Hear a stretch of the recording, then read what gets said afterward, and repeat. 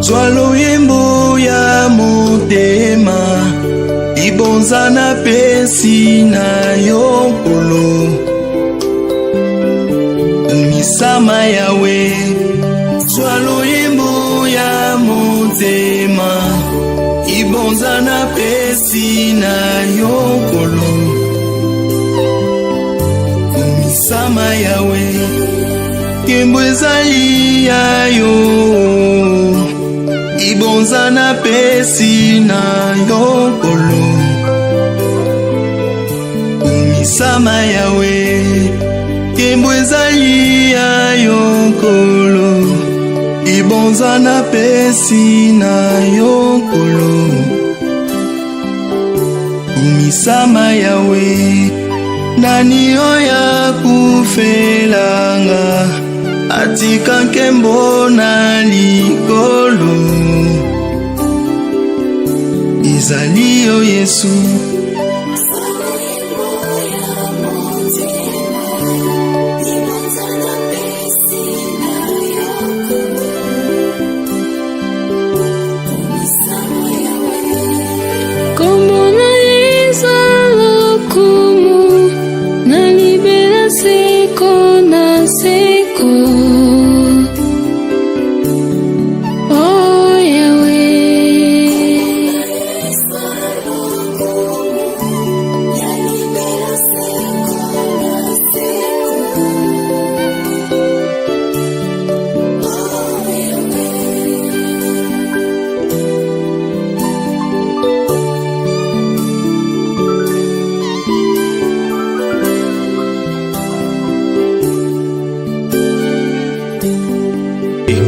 Alléluia.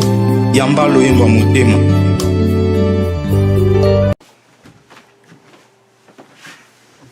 Shalom, shalom, très chers téléspectateurs, que Dieu vous bénisse. Là où vous nous suivez, bien vous êtes dans CGC TV.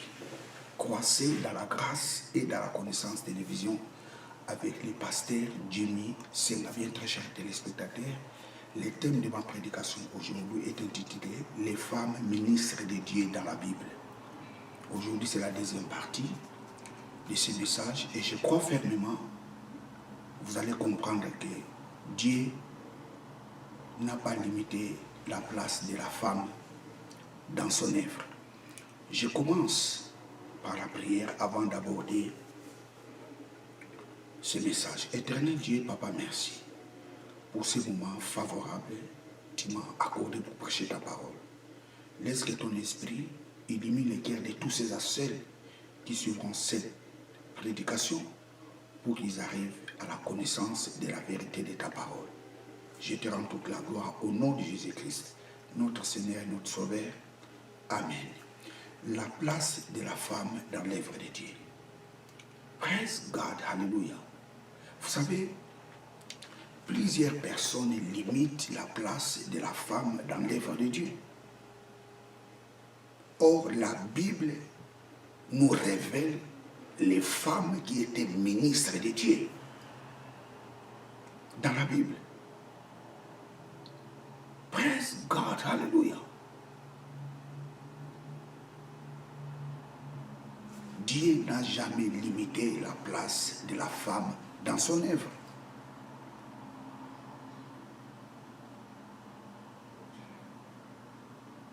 Je vous ai montré dans la première partie des femmes qui étaient des ministres de Dieu.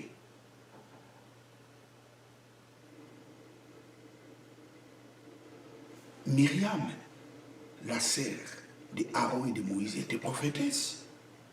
Cette femme avait le ministère prophétique. Hulda, Déborah. Toutes ces femmes avaient le ministère prophétique. Les ministères prophétiques que Élie avait, c'était le même ministère prophétique que Déborah avait. C'était le même ministère prophétique que Myriam avait. C'était le même ministère prophétique que Hulda avait. Un prophète est un enseignant de la parole de Dieu. Tu ne peux pas être prophète sans pourtant être enseignant de la parole de Dieu. Tous les prophètes dans la Bible étaient des enseignants de la parole de Dieu. Mais pour une femme, les gens commencent à hésiter. Oh non! Montre-moi dans la Bible là où une femme a enseigné la parole de Dieu. Mais le rôle d'un prophète, c'est d'enseigner la parole de Dieu. Myriam était prophétesse. Il enseignait la parole de Dieu. Déborah était prophétesse et juge. D'ailleurs, Déborah est la seule juge en Israël qui était prophète. Cette femme était juge et prophétesse. C'est extraordinaire.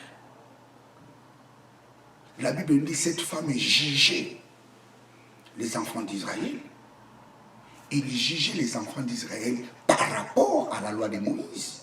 Cela signifie tout simplement que cette femme avait de la connaissance de la loi de Moïse. Tu ne peux pas être prophète sans pourtant être enseignant de la parole de Dieu. Ce n'est pas les prophètes que nous voyons aujourd'hui. Je ne dis pas tout le monde. Il y a des prophètes qui enseignent très bien la parole de Dieu. Mais il y a des prophètes qui sont des prophètes du nom.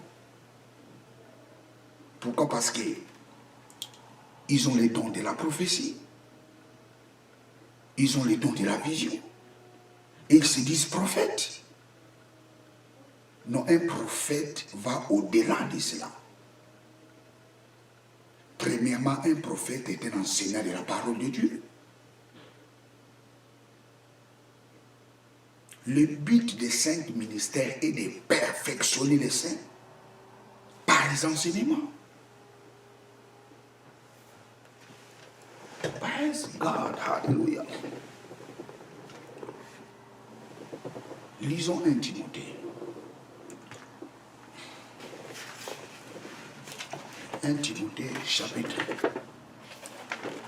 2, verset 12 à 15.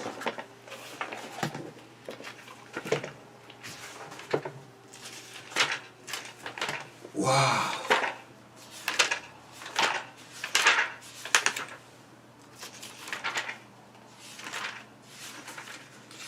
Timothée, chapitre 2, verset 12.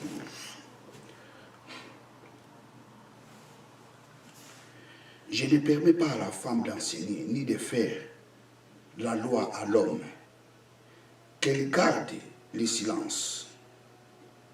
C'est Adam en effet qui fut formé, le premier,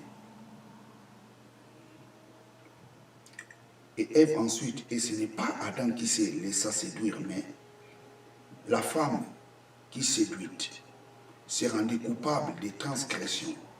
Néanmoins, elle sera sauvée en devenant mère, à condition de persévérer avec modestie dans la foi, la charité et la sainteté. Je prends une autre version.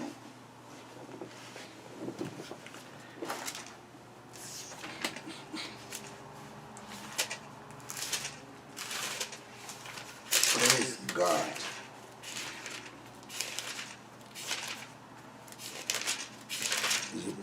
Je prends une autre version. Timothée.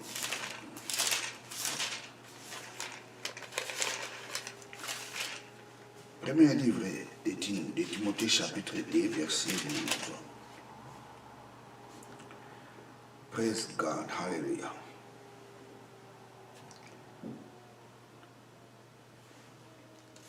Premier épître de Timothée.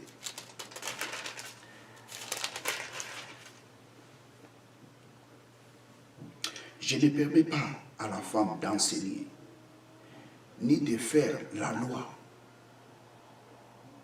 à l'homme qu'elle garde le silence, c'est Adam en effet qui fut formé les premiers, et Ève ensuite. Ce n'est pas Adam qui laissa séduire, mais la femme qui séduite s'est rendue coupable de la transgression. Néanmoins, elle sera sauvée en devenant mère, à condition de persévérer avec modestie dans la foi, la charité et la sainteté. Bon, je prends encore une autre version. Praise God, hallelujah. Praise God, hallelujah. 1 Timothée. 1 Timothée. Je commence au verset. Praise God, hallelujah, hallelujah. Verset 12. Je ne permets pas à la femme d'enseigner ni de prendre de l'autorité, mais dans la version Jérusalem, on a écrit de prendre la loi. De faire la loi plutôt. Mais dans la version, ici je suis dans la version Louis II. Je ne permets pas à la femme d'enseigner ni de prendre de l'autorité sur l'homme, mais elle doit demeurer dans le silence. Je prends la version Martin. Car je ne permets point à la femme d'enseigner ni d'user d'autorité sur les maris, mais elle doit demeurer dans le silence. Je prends la version Darby.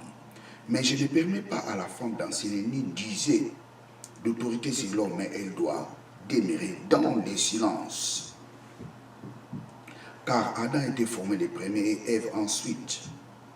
Et ce n'est pas Adam qui a été séduit, c'est la femme qui séduite s'est rendue coupable de transgression.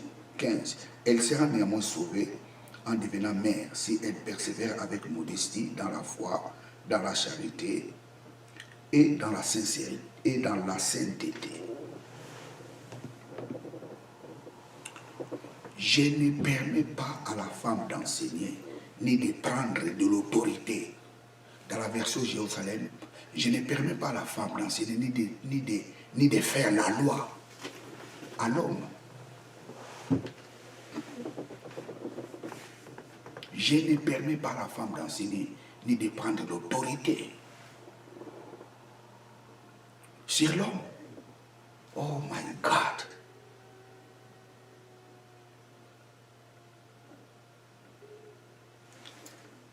Je ne permets pas à la femme d'enseigner. Première chose. Et deuxième chose, cette femme-là ne peut pas avoir de l'autorité, ne peut pas prendre l'autorité, ne peut pas faire la loi dans l'homme. Qui est cet homme-là? Son mari. Il y a deux choses ici. Je ne permets pas à l'homme d'enseigner dans l'assemblée. Deuxième chose, ni de prendre de l'autorité, ni de faire la loi dans l'homme qui est son mari, Andras. Praise God, hallelujah. Wow, wow, wow, wow, wow, wow, wow.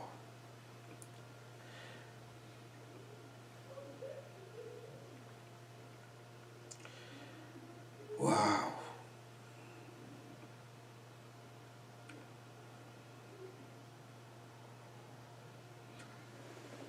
Ni de faire les mots, oh my God, ni de faire la loi, ni de prendre l'autorité sur son mari, Andras.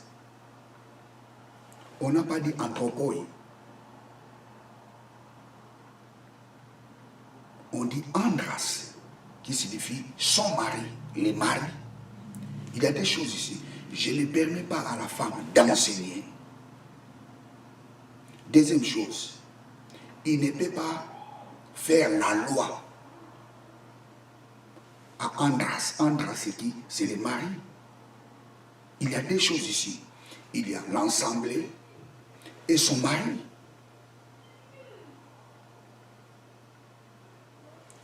La Bible reconnaît l'autorité de l'époux envers son épouse. Alors, une femme qui veut enseigner la parole de Dieu, il doit apprendre à respecter son époux. C'est très important. Elle doit apprendre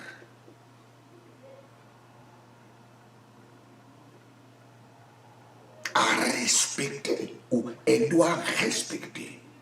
Elle ne doit pas faire la loi sur son époux. Je ne permets pas à la femme d'enseigner, ni de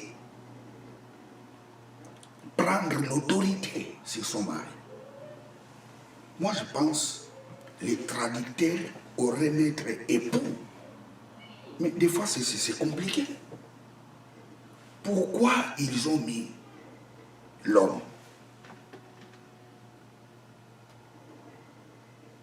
Parce que le mot grec qui est ici, c'est andras. Andras. Andras.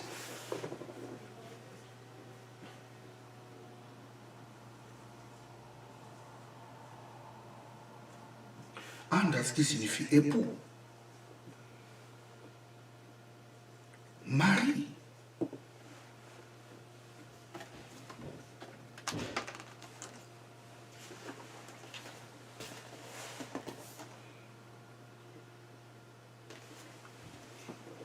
Vous savez, il y a des gens qui prêchent des erreurs de traducteurs. C'est ça l'importance de faire la théologie. C'est ça l'importance de connaître les textes originaux de la Bible. La Bible ne dit pas, je ne permets pas à la femme d'enseigner, ni de prendre l'autorité sur les hommes, non.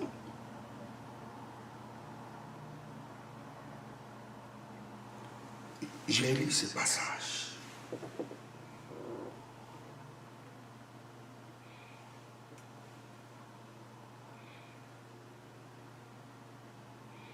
Wow.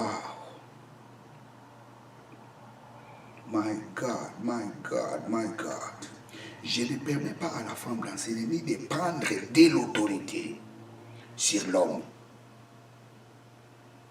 L'homme dont on parle ici, ce n'est pas anthropoi. C'est andras. Il y a des choses ici. Il y a des problèmes de l'assemblée et les problèmes de la maison. Je ne permets pas à la femme d'enseigner ni de prendre l'autorité sur son mari. On n'a pas dit sur les hommes, sur son mari. Le mot qui est ici, c'est andras. On n'a pas dit anthropoi. Oh non, la femme ne peut pas enseigner. Il ne peut pas prendre l'autorité sur l'homme. L'homme dont on parle ici, ce n'est pas les humains en général, mais l'homme spécifique, andras, signifie son mari. Une femme qui aspire au ministère, une femme qui veut enseigner la parole de Dieu. La première chose, elle ne peut pas prendre de l'autorité sur son mari.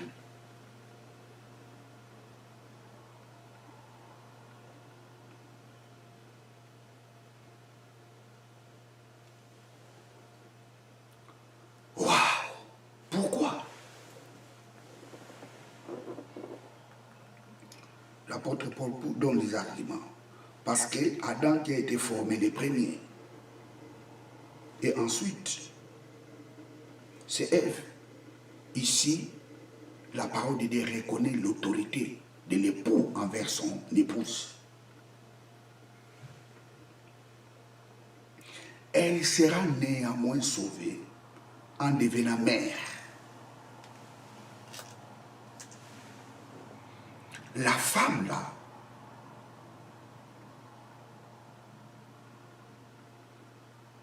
peut enseigner la parole de Dieu si cette femme devient mère. elle sera néanmoins sauvée. Sauvée de quoi? De cette loi. La femme peut enseigner. Premièrement, il ne peut pas avoir, il ne peut pas faire la loi sur son mari. Elle ne peut pas prendre de l'autorité sur son mari. La première chose. La deuxième chose, elle peut enseigner. Si cette femme devient mère, ici la Bible nous dit, elle sera néanmoins sauvée en devenant mère, non. L'homme n'est pas, une femme ne peut pas être sauvée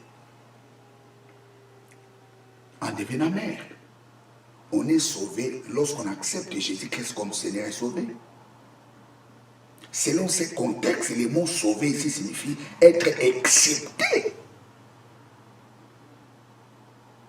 de cette loi. Une femme peut enseigner ou elle est acceptée de cette loi si celle-ci devient mère.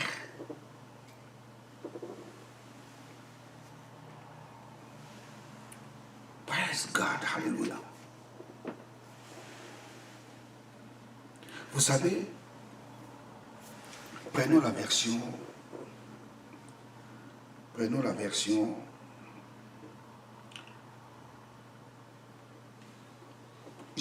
prends la version du second.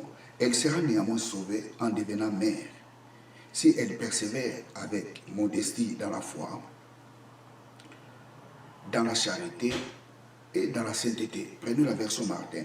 Elle sera néanmoins sauvée en mettant des enfants au monde. Pourvu qu'elle persévère dans la foi, dans la charité, dans la sanctification avec modestie. Prenez la version Darby. Mais elle sera sauvée en enfantant, si elle persévère dans la foi et l'amour et la sainteté avec modestie. Elle sera néanmoins sauvée en devenant mère. La traduction ici, la traduction qui est un peu fiable, ou je dirais, la traduction qui est accessible, ici, Louis II, je vois comme s'il a bien, Louis II a bien traduit. En devenant mère. Le mot grec qui est ici, c'est technogonia.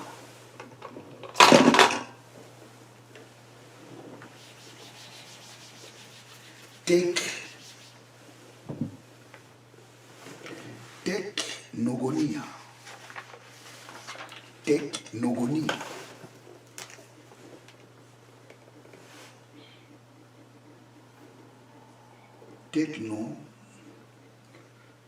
Technogonias. Technogonias signifie maternité.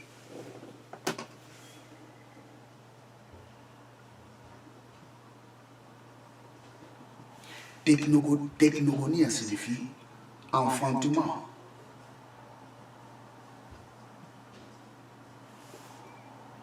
Le mot technogonia vient du verbe technogoneo.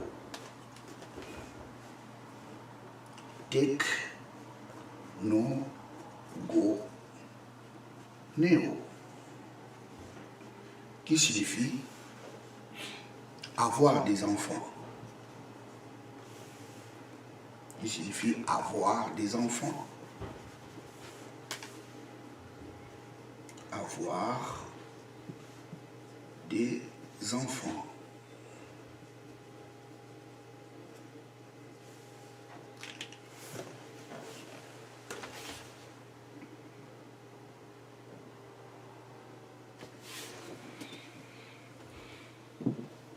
Elle sera néanmoins sauvée en devenant mère, selon Louis II. Martin, elle sera néanmoins sauvée en mettant des enfants. Ça, c'est la version Martin. La version Darby, elle sera néanmoins sauvée en enfantant.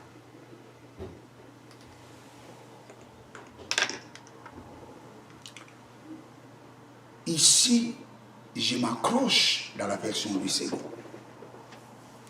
Elle sera néanmoins sauvée en devenant mère.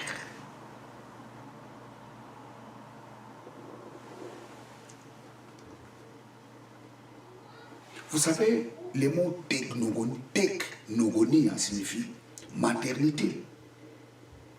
Oh, c'est quoi la maternité? La maternité, c'est l'état et la qualité d'une mère. Et c'est pour cela, Louis II les traduit en devenant mère.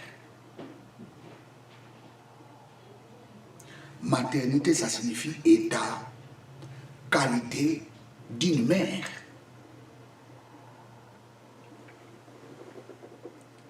Elle sera néanmoins sauvée en devenant mère. Devenir mère, ça signifie quoi? Devenir mère ne signifie pas mettre les enfants au monde. Non. On peut être mère sans pourtant avoir les enfants biologiques. Devenir mère, ça signifie un état et qualité d'une mère qui a des enfants. Il y a des mères qui élèvent les enfants, mais ces enfants ne sont pas ces enfants biologiques.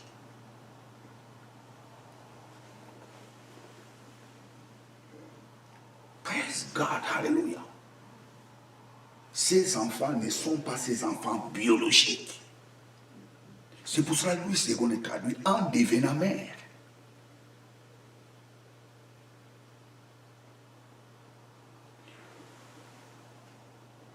Quelqu'un peut être mère des enfants sans pourtant que ces enfants soient ses enfants biologiques. Lisons Juge. Juge chapitre 5, verset 7.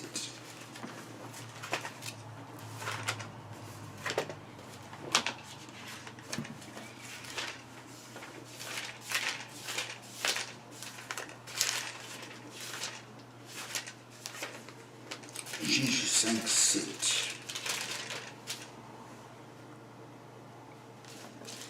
Juge 5, 7. On renonçait aux campagnes. On y renonçait en Israël jusqu'à ton lever, ô Déborah, jusqu'à ton lever, mère en Israël. Déborah était une mère en Israël. Je relis ce passage. Le livre de Juges, chapitre 5, verset 7. On renonçait aux campagnes. On y renonçait en Israël jusqu'à ton lever, ô Déborah, jusqu'à ton lever, mère en Israël.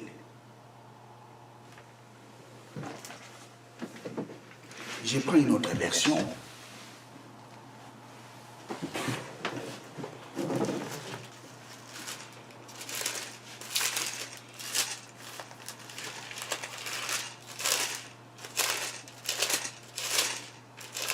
Juge 5, 7.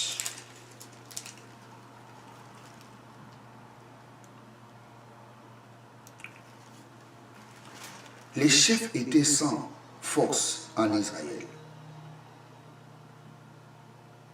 Sans force.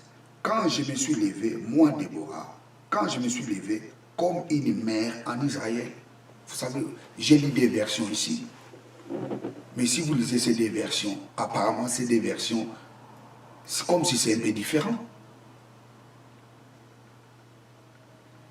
Déborah s'est levée comme une mère en Israël. Cela ne signifie pas que tous les enfants d'Israël étaient les enfants biologiques de Déborah. Déborah s'est levée comme une mère en Israël. Donc lorsque l'apôtre Paul dit en devenant mère, Ça signifie tout simplement, une femme qui veut enseigner doit prendre la casquette d'une mère. C'est ça devenir mère. Elle sera néanmoins sauvée en devenant mère. Elle sera néanmoins sauvée en prenant la casquette d'une mère.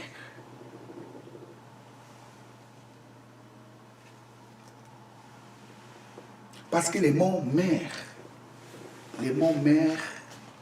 en grec c'est mater. Mater.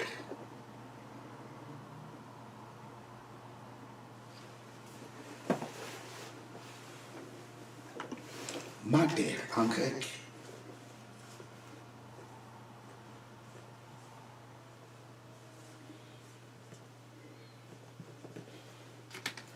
Mater.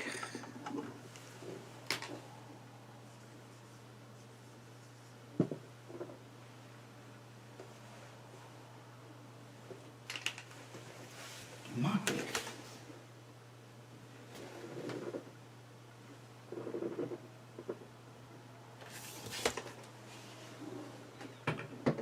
L'apôtre Paul n'avait pas dit que cette femme sera néanmoins sauvée en devenant mater. Non. Il a dit, elle sera néanmoins sauvée en devenant technogonias. Ça signifie, si cette femme prend la casquette d'une mère qui a des enfants. Vous savez, une mère qui a des enfants, il a un grand cœur. Et cette femme, ou la femme qui veut enseigner la parole de Dieu, il doit avoir le cœur d'une mère.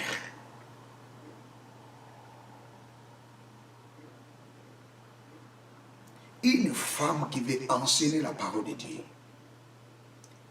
elle doit être une rassembleuse. Quelqu'un qui rassemble les gens. Déborah était mère d'Israël. Ce n'est pas tous les enfants d'Israël qui étaient ses enfants. Elle avait pris la casquette d'une mère. Praise God, hallelujah. Wow, hallelujah. Donc une femme qui veut enseigner la parole de Dieu, la première chose, elle doit prendre la casquette d'une mère. La deuxième chose, elle ne doit pas prendre l'autorité sur son mari.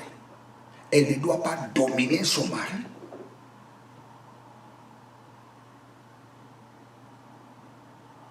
Pourquoi? Parce que l'homme est le chef de la famille.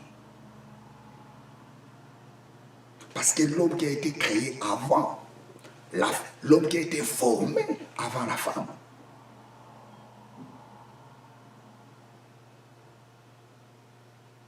Praise God, hallelujah.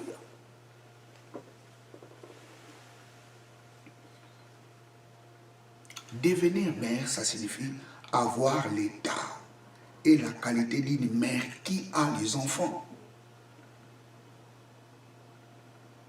Une mère ne veut pas dire seulement celle-là qui a les enfants biologiques, non. Une mère peut avoir les enfants, mais ces enfants ne sont pas ses enfants biologiques. C'est celui-là une mère.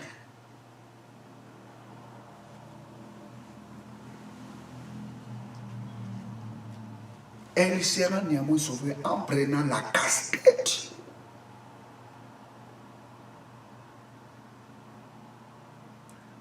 d'une mère.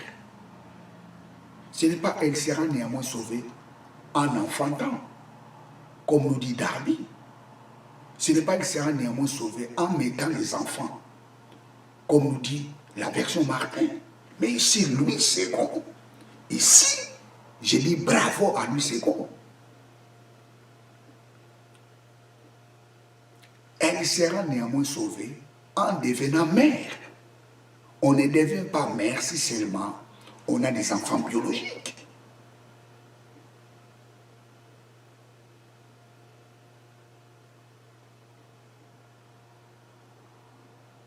Praise God. Alléluia. Praise God. Alléluia. Je vais vous donner quelques qualités d'une mère. Ésaïe 66, verset 13.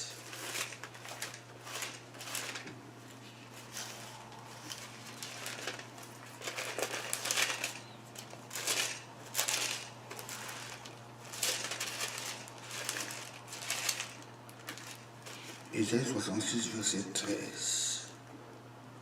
Comme un homme que sa mère console. Comme un homme que sa mère console. Une mère console. Une mère ne choque pas les gens. Une mère console. Ça, ce sont des qualités d'une mère.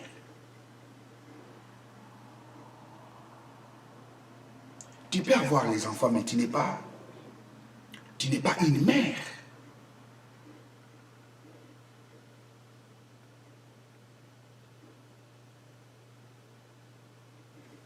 Une mère ne choisit pas. Ça, c'est mes enfants, ça, ce ne sont pas mes enfants.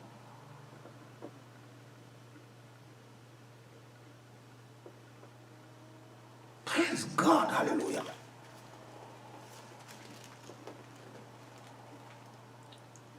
Une mère console. Proverbe chapitre 1er, verset 8. Proverbe chapitre 1er, verset 8.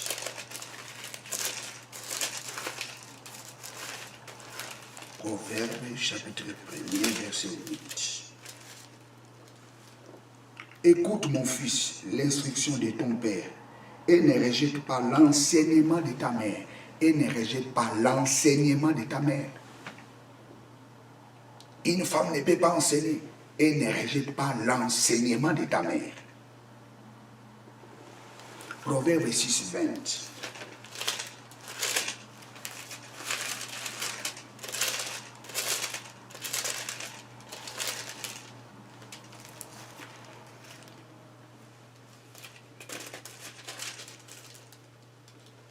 Ton fils garde les préceptes et ton père.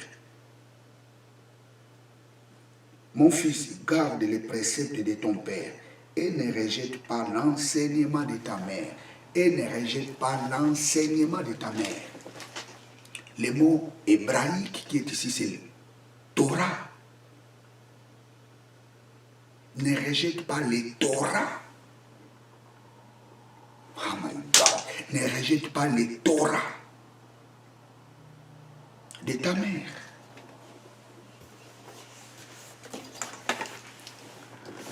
Waouh, waouh, waouh, waouh, waouh, waouh, waouh. Praise God, hallelujah. Ne rejette pas la Torah de ta mère. On dit la Torah parce que c'était mon féminin. Ne rejette pas la Torah de ta mère. Torah ne signifie pas la loi. Vous savez, plusieurs personnes font ce genre d'erreur. La Torah, c'est la loi de Moïse. Non, la Torah ne signifie pas la loi. La Torah, ça signifie tout simplement l'enseignement. Torah signifie enseignement. Il ne faut jamais dire ça. Torah veut dire la loi. Vous savez, il y a des gens qui veulent impressionner les gens en disant des choses qu'ils ne connaissent même pas.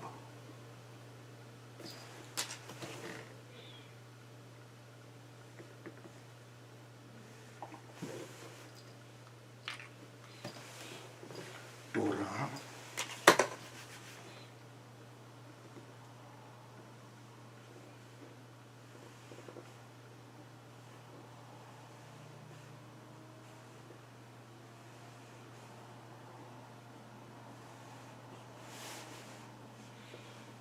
Enseignement. Ou bien doctrine. Plus loin, doctrine.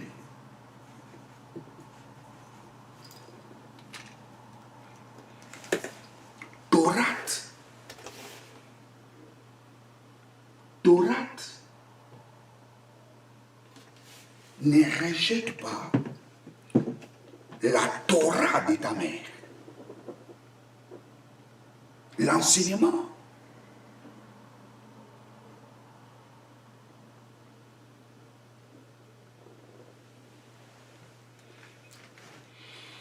Waouh! Ça, ce sont des qualités d'une mère. Une mère console.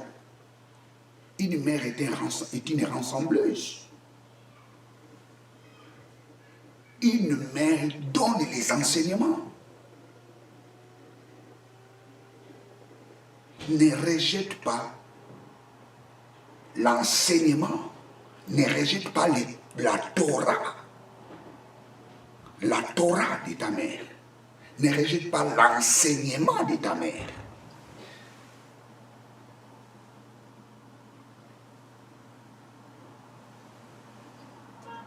Devenir mère, ça signifie prendre la casquette d'une mère qui a des enfants.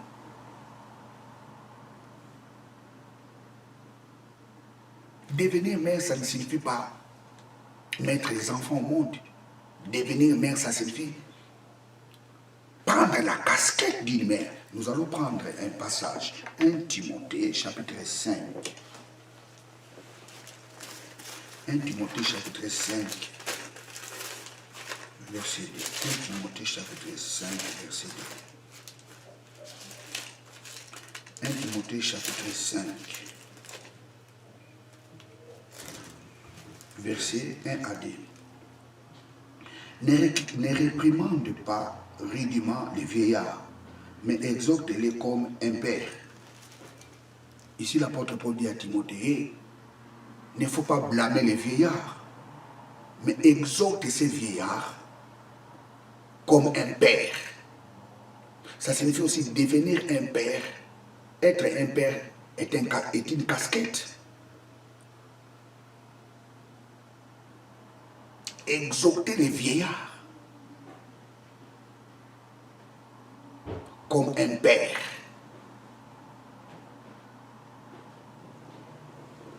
Waouh! Ne réprimande pas rudement les vieillards, mais exhorte-les comme un père. Exhorte les jeunes gens comme un frère. My God!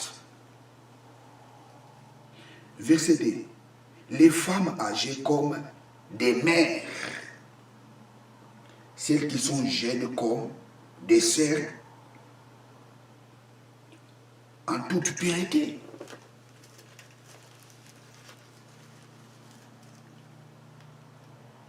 Paul dit à Timothée, devant les vieillards, exhorte-les comme un père. Devant des vieillards, exhorte-les comme des mères.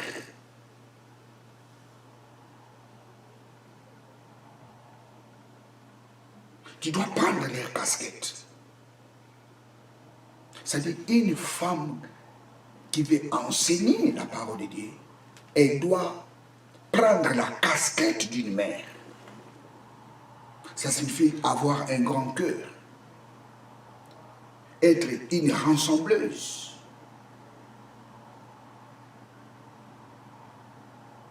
Praise God, pas quelqu'un qui divise.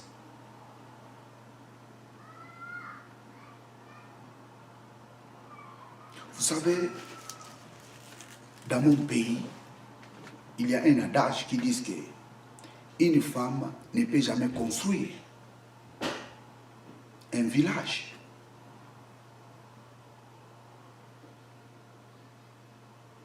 Mais non. Mais il y a aussi un adage qui dit éduquer une femme, c'est éduquer une nation. Praise God, alléluia. Ce sont nos coutumes, nos traditions qui discréditent la femme, pas Dieu.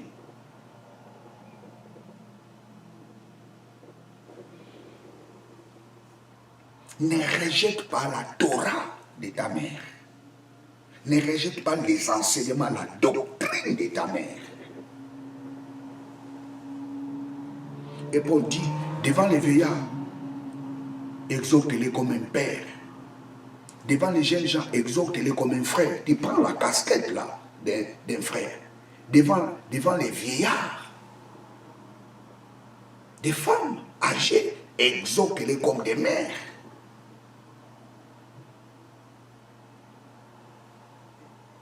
Elle sera néanmoins sauvée en devenant mère, ça signifie elle sera néanmoins sauvée en prenant la casquette d'une mère. Ça signifie une femme qui veut enseigner la parole de Dieu. Elle doit considérer tous ces gens qui l'écoutent comme ses enfants. Elle doit considérer tous ces gens qui l'écoutent. Elle doit avoir l'humilité. Oh, praise God, hallelujah. Mais écoutez, il y a des choses, il y a des conditions que l'apôtre Paul nous donne ici. Prenons toujours l'épître de Timothée. L'épître de Timothée, praise God. Wow. Elle sera néanmoins sauvée en devenant mère. Ça, c'est la première chose. Si elle persévère dans la modestie. Si elle persévère dans la modestie. C'est-à-dire, une femme qui veut enseigner la parole de Dieu, elle doit persévérer dans la modestie. Elle ne doit pas être arrogante. C'est pour cela, plus loin, l'apôtre Paul nous dit, et que la femme puisse s'habiller d'une manière décente. Ça signifie même son habillement. Une femme qui veut prêcher la parole de Dieu, elle doit bien arranger son habillement. Elle doit persévérer dans la modestie.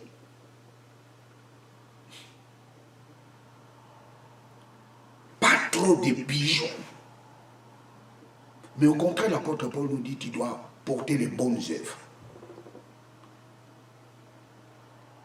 Une femme qui prêche la parole de Dieu doit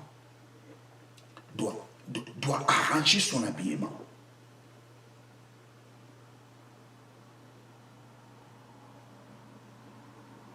Ses cheveux.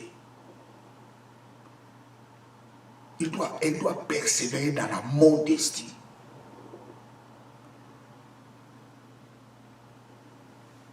Deuxième chose, cette femme doit persévérer dans la foi.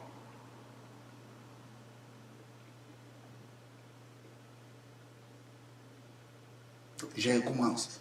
Première chose, les conditions pour qu'une femme enseigne la parole de Dieu. La première chose, cette femme doit prendre la casquette d'une mère. La deuxième chose, cette femme doit persévérer dans la modestie. Elle ne doit pas être arrogante. Son habillement doit être modéré. Sa coiffure doit être modérée. Elle doit persévérer dans la modestie.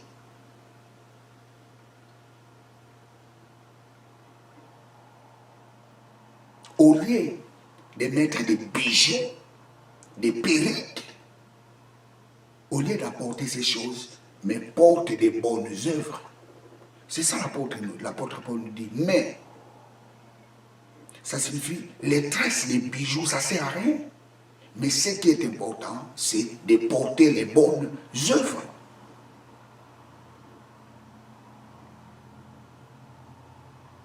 À quoi sert de porter les tresses et au finish, tu ne portes pas les fruits dignes de la repentance?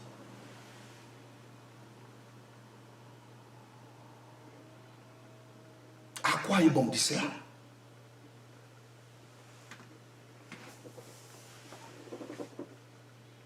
Lisons 1 Timothée chapitre 2, versets 9 à 10.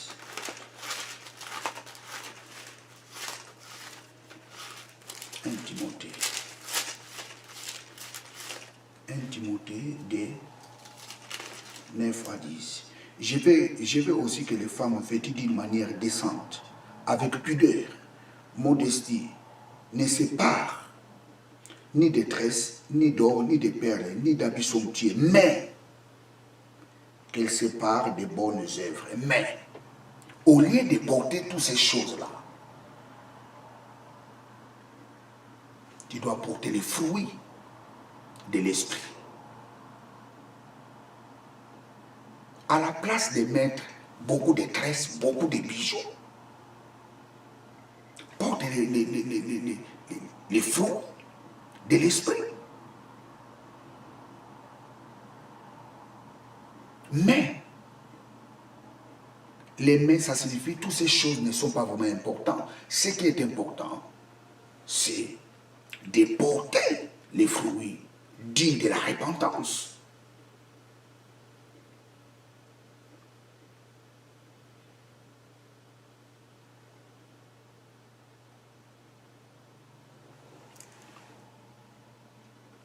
Verset 10.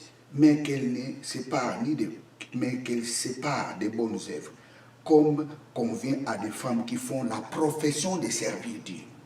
Une femme qui veut servir Dieu, une femme qui veut être ministre de Dieu, il doit arranger son accoutrement.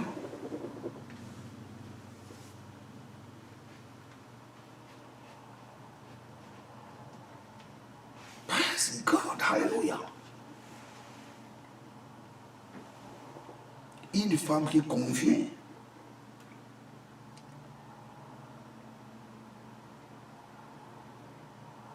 de faire l'œuvre de faire ou de travailler dans l'œuvre de Dieu.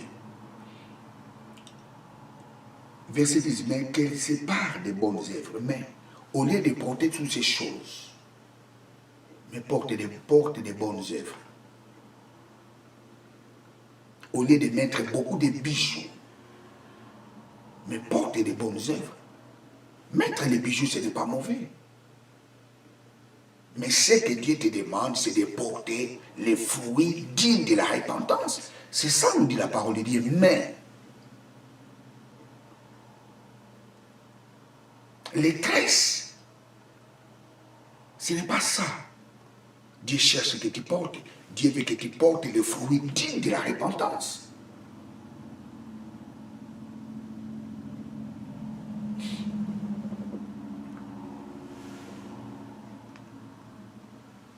Une femme qui veut enseigner la parole de Dieu, elle doit persévérer dans l'amour.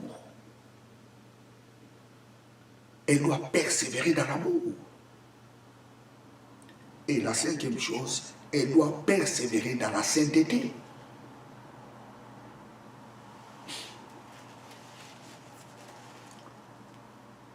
Dieu n'interdit pas à la femme de prêcher sa parole.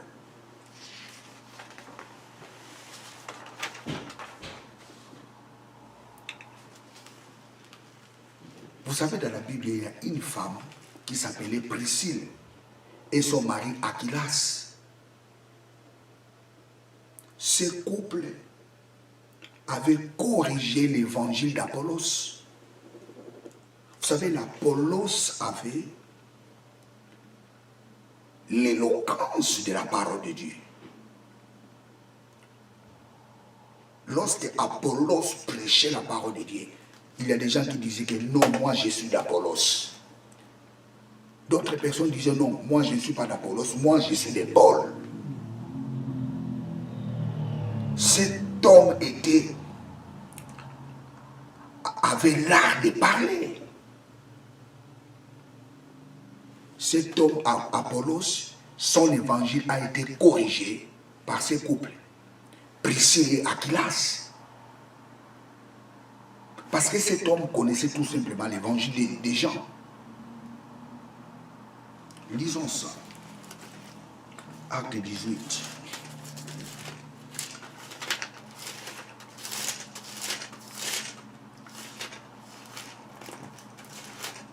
Acte 18.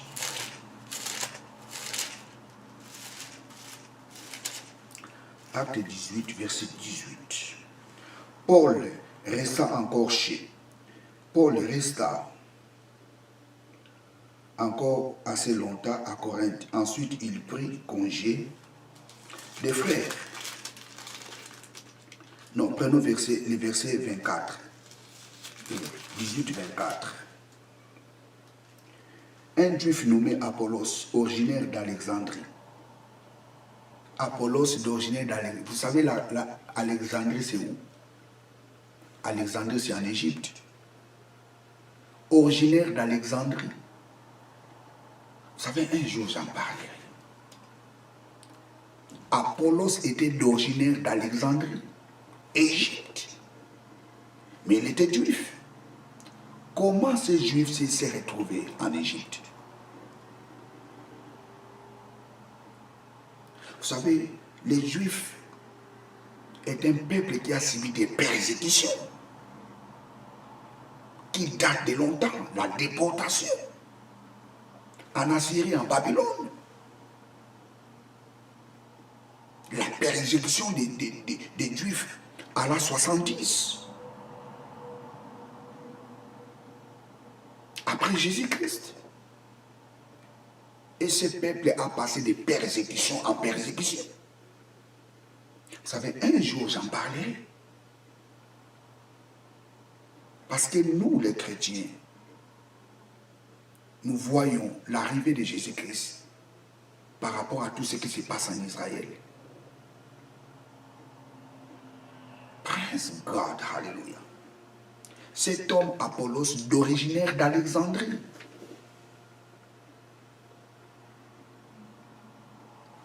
Que nous dit la Bible?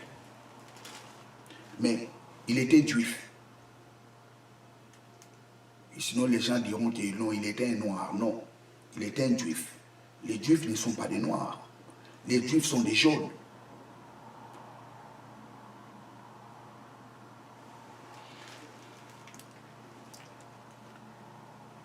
Un juif nommé Apollos, originaire d'Alexandrie, homme éloquent et versé dans l'écriture, vint à Éphèse. Il était instruit dans la voie du Seigneur et fervent d'esprit. Apollos était fervent d'esprit, un homme qui avait de l'éloquence quand il parlait. Il annonçait et enseignait avec exactitude ce qui concerne Jésus, bien qu'il ne connaissait pas les baptêmes, bien qu'il ne connaissait que les baptêmes des gens. Apollos connaissait seulement les baptêmes des gens. Verset 26. Il s'est mis à parler librement dans les synagogues. Aquilas et Priscille, ces couples, l'ayant entendu, les prirent avec eux et ils lui exposèrent plus exactement la voix du Seigneur. Apollos prêchait avec exactitude, mais Priscille et Aquilas, son mari, les prirent et l'exposèrent. Et l'exposèrent plus exactement la voix du Seigneur. Il prêchait avec exactitude, mais il a rencontré les gens qui avaient l'épignosis, the correct knowledge.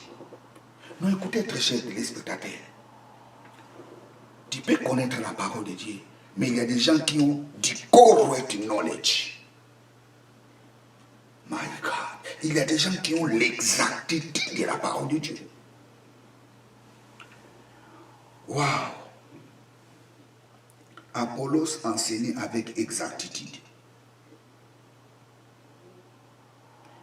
Mais Priscille et Aquilas lui ont montré plus d'exactitude. Il avait l'exactitude, on lui a montré plus l'exactitude. C'est-à-dire, Aquilas et Priscille avaient la haute connaissance par rapport à Apollos. Il y a des gens qui ont la connaissance de la parole de Dieu plus que toi. Il y a des gens qui ont la connaissance de la parole de Dieu plus que moi.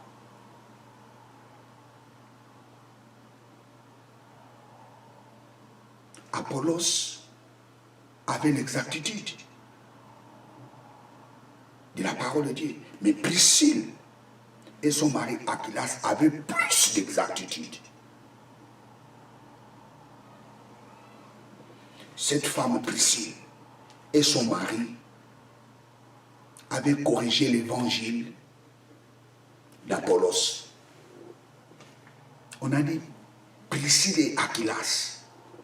On n'avait pas dit seulement c'est Aquilas qui avait exposé à Apollos la vraie connaissance de la parole de Dieu. Non. On a dit les couples. C'est des couples qui avaient exposé plus d'exactitude de la parole de Dieu à Apollos. Cette femme et son mari. Je vais relire. Verset 26. Il s'est mis à parler librement dans les synagogues. Aquilas et Priscille, l'ayant entendu, les prirent avec eux. On n'a pas dit avec lui, avec eux. C'est-à-dire les couples ont pris Apollos et ils l'ont enseigné l'exactitude de la parole de Dieu. Cette femme et son mari. Waouh, waouh, waouh, waouh, waouh, waouh, waouh, waouh, waouh, waouh, waouh. Prenons le verset Romains chapitre 16.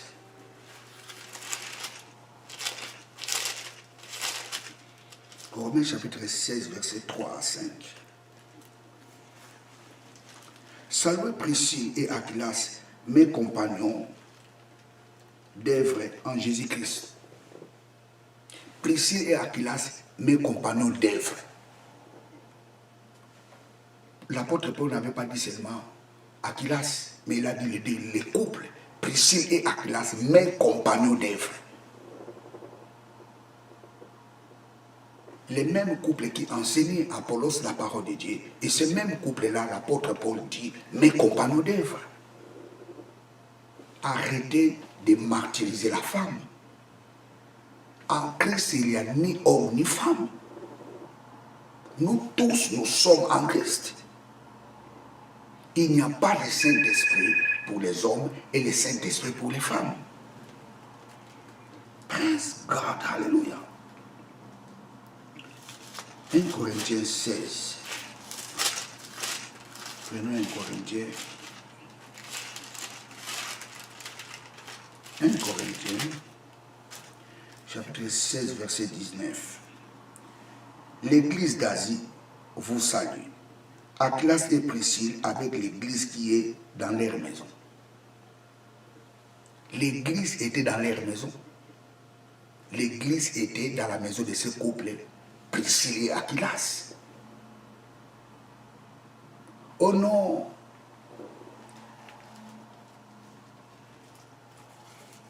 Une femme ne peut pas être enseignante de la parole de Dieu. Ça n'existe pas. Un homme pasteur et sa femme aussi pasteur. Ça n'existe pas. Nous voyons un couple ministre de Dieu. L'église était dans leur maison. N'amenons pas la tradition de nos familles à l'église.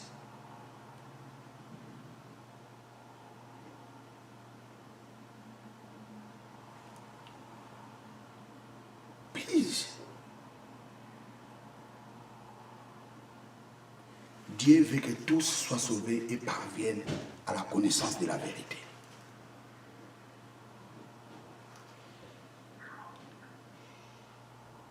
Dieu n'interdit pas à la femme d'enseigner la parole de Dieu. Mais il y a des conditions pour qu'une femme enseigne la parole de Dieu. C'est la même chose aussi avec un homme mâle.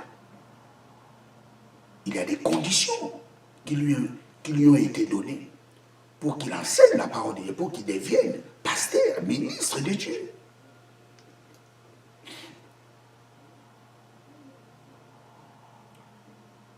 Un homme ne peut pas être un homme polygame, ne peut pas enseigner la parole de Dieu.